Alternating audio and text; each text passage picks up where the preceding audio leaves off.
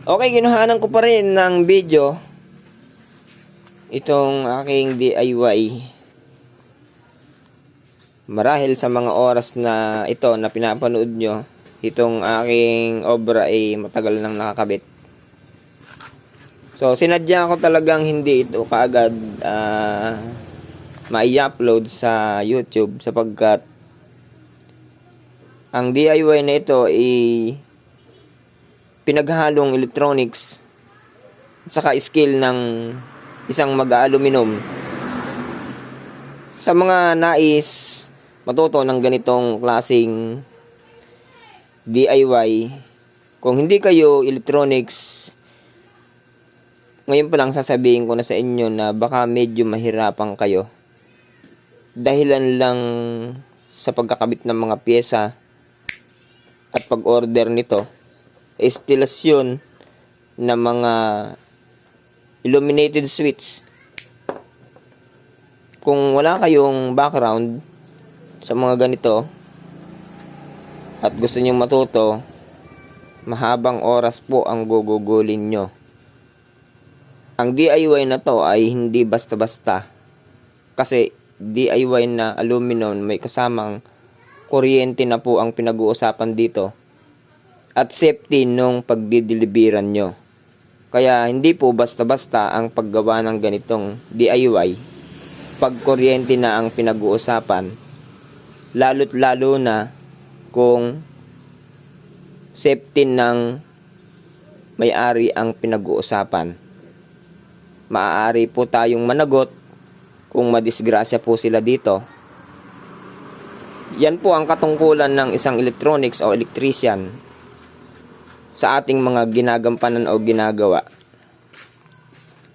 Ito nga po palang ating DIY ay isang rinse hood o yung exhaust fan na kung tawagin. Ito po yung kung anong sukat lang yung kinakailangan gawin, ay yun lang ang gagawin natin. Ibig sabihin po, ang rinse hood na to ay customize. Yun lang po tapat talaga ng rinse o kalan ang tatapatan niya at kung anong sukat lang yung kinakailangan. Yan, di po tayo sumasakto sa mga sukat na katulad ng 90 cm by 60 cm. Masyadong malapad. 40 cm lang po tayo by 80 cm. Yan po ang laki niyan. Yan, ito yung ating ito yung ating mga gamit. Yan, ito yung ating main pan kung tawagin. Main pan kasi pag on mo ng main switch, automatic ito naka-under na. So ito yung ating main switch. Yan. Ito ay illuminated. Illuminated yan. May ilaw. Pag on natin to, naka-on na yan. And then, itong dalawa na to ay para sa pin light. Itong dalawa na to ay para sa dalawang exhaust. Yan. May dalawa pa siyang exhaust dyan. Yun yung tinatawag natin na para sa turbo. Pag in-under na yung dalawa na yan, sobrang lakas na ng higop ng usok niyan. O pakita natin yung ginamit natin na ito pala yung gumamit pa pala tayo ng mga ganito. Yan. Para dito. Yan. Dalawang size po ito, isang small, isang big. Kasi ito malaki ito eh. Ito naman ay maliit. So dito naman sa ito yung ating main line. Ito yung ating main switch, pan 1, pan 2, pin light 1, pin light 2. Ang butas po natin na ginamit dyan ay ito, 3/4.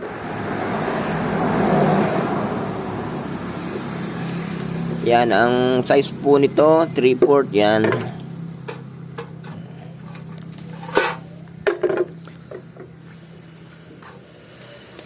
Siyempre, sinukat muna natin dito yan.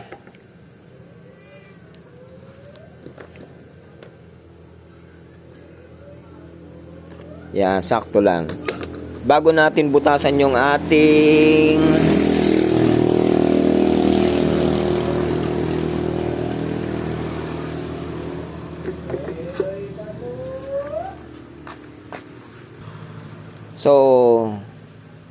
maraming salamat sa mga nanood.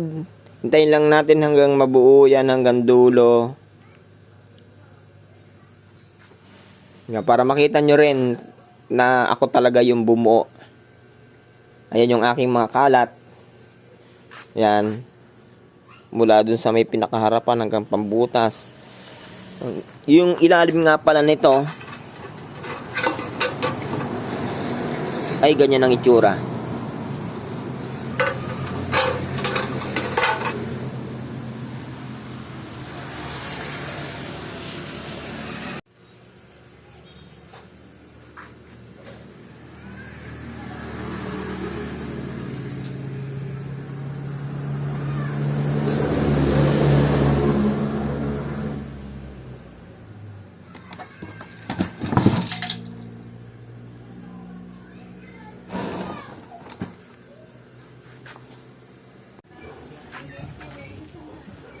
Okay, ito na.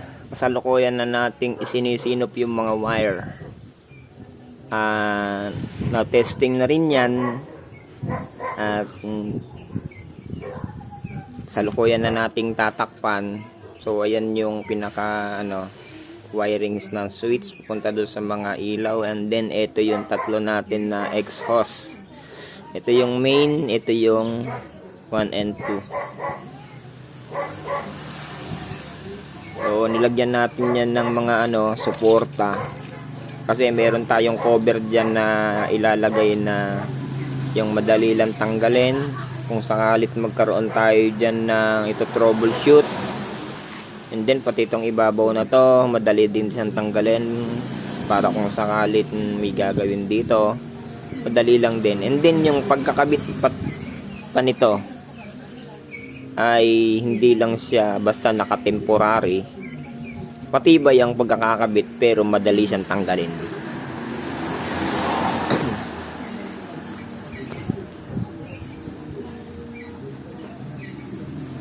Ito yung ating range hood o exhaust. Ayan, itsura niya. Ito yung merong screen na may filter. Ito yung ating pin light na nababago-bago yung kulay. Ang operation pan nito is tatlo, isa dito sa kaliwa, isa sa kanan. At meron siyang main pan ito. Ayan sa tinawag ng main pan. Pag sinwitch itong ating switch, ayan, illuminated na nga pala. Wala na yung puti, yung parang electric pan na switch. Pag switch mo yan, automatic yan, naka-under na ang main pan. Ibig sabihin, kahit hindi nag-ooperate ang pan dito ay mahihigop niya yung usok. And then, pag nag-switch ka netong kanan na katabi ng ito, is yung isang pan dito ay mag-on na. And then yan, tigisa sila ng pan. Ito, yung sa switch, dalawa din, tigisa. Yan, nababago yung kulay ng ating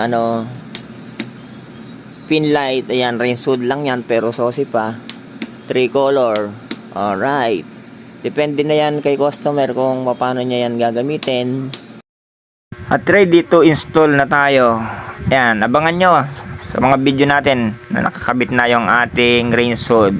Thank you for watching. Magandang araw, Pilipinas. Woohoo!